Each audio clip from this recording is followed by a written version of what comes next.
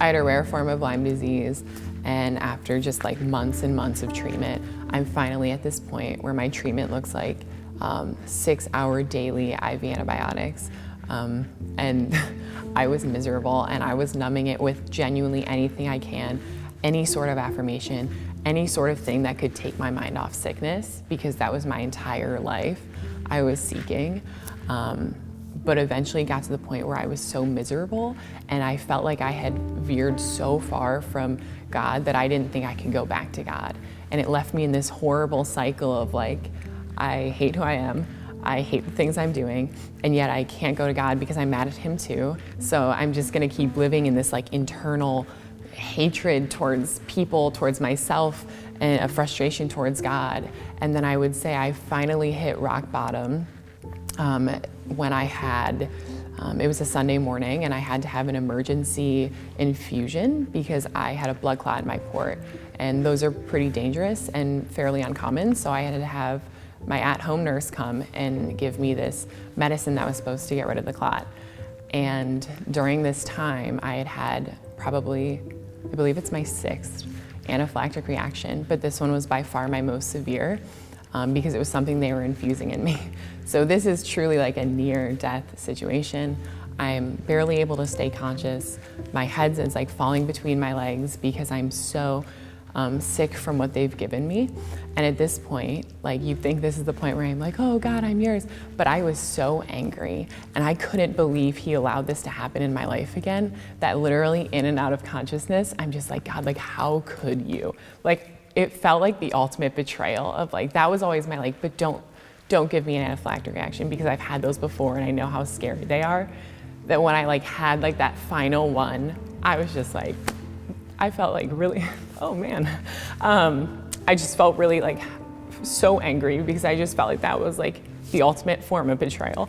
And I'm still here today, so it was all okay, but it became the point where like, so after I was obviously hospitalized, and after they had run everything through, I still had my blood clot. So I still had the same problem I had before. I felt just the level of betrayal that I can't even begin to describe. And I'm talking to my counselor, and I'm talking about how mad I am and how I can't believe this happened again, whatever. And she's like, I want you to read Lamentations 3. So I'm thinking, okay, this is gonna be what I need. This is gonna be so encouraging. This is gonna be like the thing that really, you know, gets me back. And it's all about misery.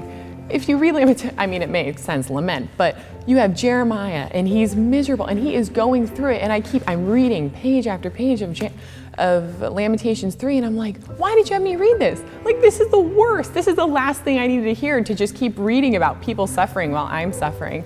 And then I finally come across this verse that talks about how great is God's faithfulness. So you have this juxtaposition of like pages of horrible things happening, and yet like how great is God's faithfulness. His mercies are new every morning. And then it talks a little later about, isn't it from the Most High that both calamities and good things come? And something just started to work in me. And I read that verse probably like 10 times that day as I'm just working through this idea of like, okay, so I'm suffering, and yet God is still good. And God is still good despite my circumstances, and just really starting to kind of think about like, what does that mean for me? You know what? If I never heal, God is still good.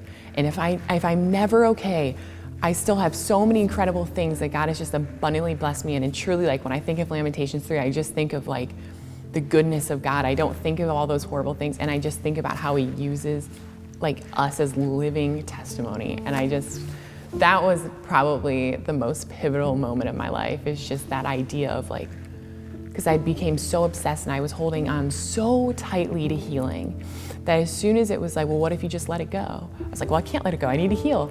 But like letting go of something, let God take care of it. And once I let it go, it was just like, you know what? It's out of my hands. I'm not gonna be who heals me. Someone else will. And even if I'm not healed, you know what? God's still good. There's still a million other good things in this world that God has done for me. And I think that, yeah, I would say that is what really changed things for me.